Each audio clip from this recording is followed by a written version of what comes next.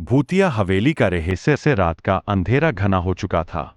गांव के बाहर सुनसान सड़क पर एक पुरानी जर्जर हवेली खड़ी थी। लोग कहते थे कि वहां जो भी गया कभी लौटकर नहीं आया। लेकिन रोहन और उसके दोस्त अमित, सुमित और नेहा को इन बातों पर यकीन नहीं था। वे जिज्ञासु थे और रहस्यों को सुलझाने का जुनून रखते थे। हवेली के अंदर चारों दोस्त साहस बटोरकर हवेली के विशाल दरवाजे से अंदर घुसे। दरवाजे के पुराने कब्जों से एक भयानक चरमराहट की आवाज आई।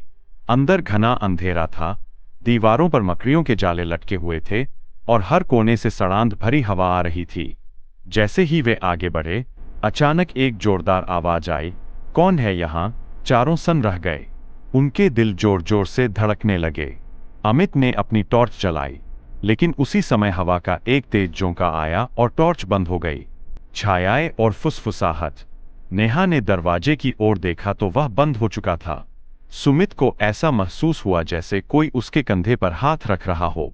उसने घबराकर पीछे देखा, लेकिन वहां कोई नहीं था। तभी एक परछाई सीढ़ियों के पास तेजी से गुजरी। रहस्य का पर्दाफाश। रोहन ने हिम्मत दिखाते हुए कहा, हमें देखना चाहिए कि ये सब क्या है। वे आगे बढ़े और तहखाने में उतर गए। वहां एक पुरानी डायरी पड़ी थी। जैसे ही रोहन ने उसे उठाया, अचानक एक छाया उनके सामने प्रकट हुई, एक बूढ़े आदमी की आत्मा। आत्मा कराहते हुए बोली, मुझे इस हवेली में कैद हुए कई साल हो चुके हैं।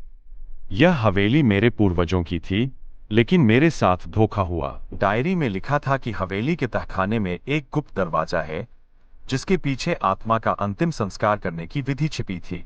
चारों ने वह दरवाजा खोजा और उसमें रखी राख को जलाकर हवेली के बाहर फैला दिया। अचानक हवेली हिलने लगी।